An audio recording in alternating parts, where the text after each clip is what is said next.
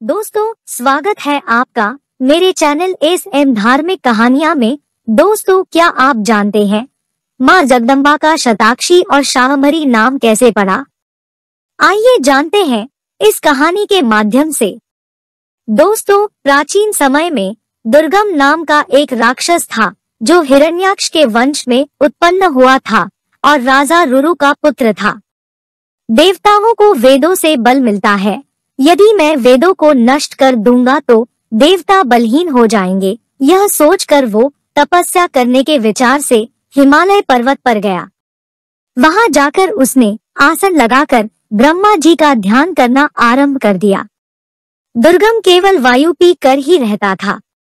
उसने 1000 वर्षों तक ब्रह्मा जी की तपस्या की। उसके तेज से सारे देवता और दानवों को बहुत त्रास हुआ। ब्रह्मा जी उसकी तपस्या से प्रसन्न हुए और अपने हंस पर बैठ के दुर्गम के सामने प्रकट हुए और कहा, दुर्गम, मैं तुम्हारी तपस्या से प्रसन्न हूँ। तुम्हें जो चाहिए ओ वर मांग लो।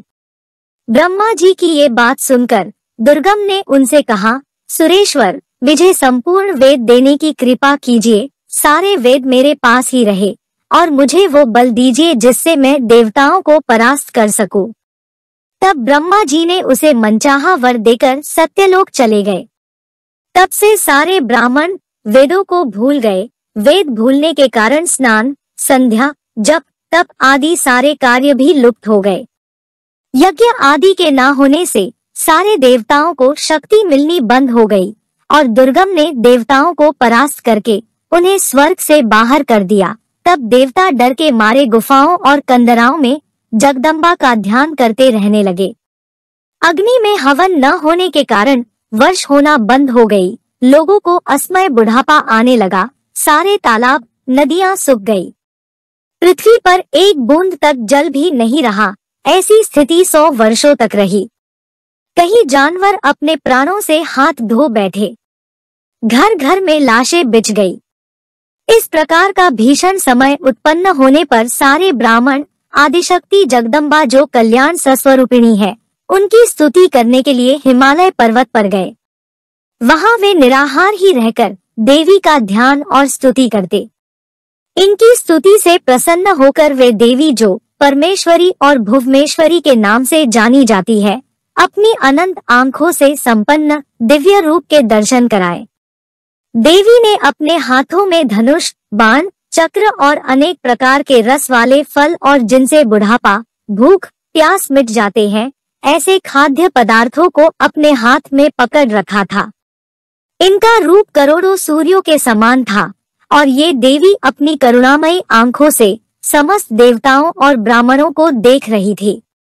इन करुणामयी देवी की अनंत आंखों से जल धाराएं गिरने लगी, जिससे सारी नदियां, कुएं और तालाब जल से भर गए। समुद्र का जल भी ऊपर उठ गया।